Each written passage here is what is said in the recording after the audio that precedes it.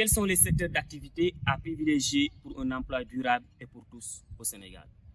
Tel est l'objet de ce présent numéro. Dans notre numéro précédent, nous avons eu à montrer que le problème majeur de l'emploi des jeunes au Sénégal réside dans l'inadéquation entre l'offre de formation et les besoins du marché du travail.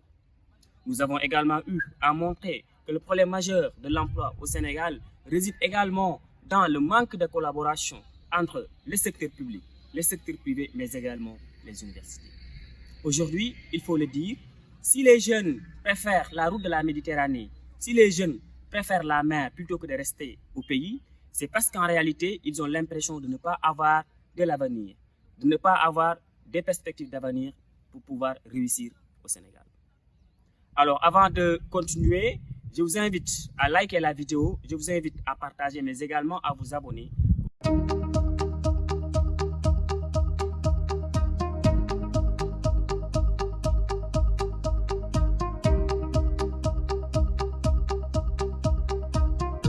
À notre niveau, il faut principalement privilégier 3 secteurs d'activité pour un emploi durable et pour tous au Sénégal. D'abord, le secteur informel. Aujourd'hui, le secteur informel constitue plus de 95% de l'économie sénégalaise, mais également contribue à plus de 20% dans le PIB national. Ce qui doit nous inciter à reconsidérer le potentiel du secteur informel, mais également aussi à aller vers ce que l'on appelle la formalisation du secteur informel.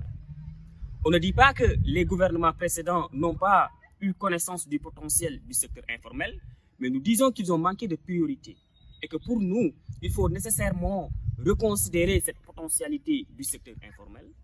Tous ces jeunes, toutes ces femmes qui s'activent nuit et jour dans le secteur informel pour avoir des activités génératrices de revenus doivent avoir plus de chances pour capter des financements, mais également aussi trouver de la collaboration, trouver des partenariats avec les entreprises, trouver des partenariats avec les banques, etc., etc. La deuxième chose à faire, c'est qu'il faut reconsidérer le secteur primaire.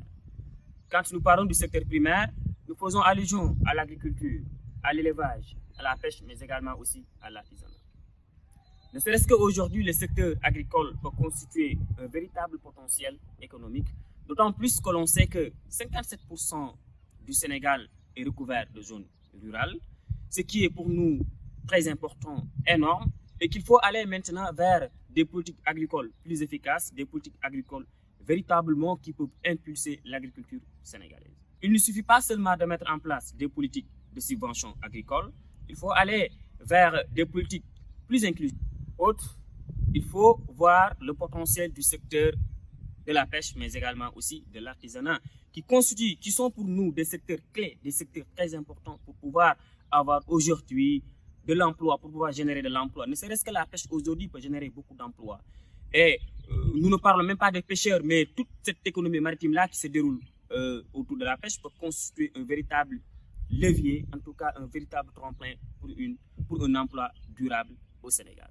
Enfin, il faut voir la manière de mettre en œuvre les politiques d'emploi.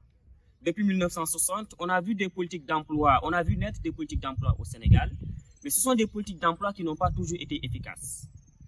Récemment, avec la deuxième alternance politique, notamment avec le président Macky Sall, beaucoup de politiques d'emploi ont été mises en place. Donc, je veux parler du 3FPT, je veux parler de la délégation pour l'entrepreneuriat rapide des jeunes et des femmes, je veux parler de Xëyu Ndaw ñi, etc.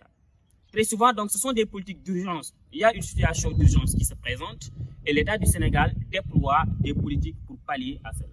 Alors qu'aujourd'hui, on doit dépasser ces politiques d'urgence.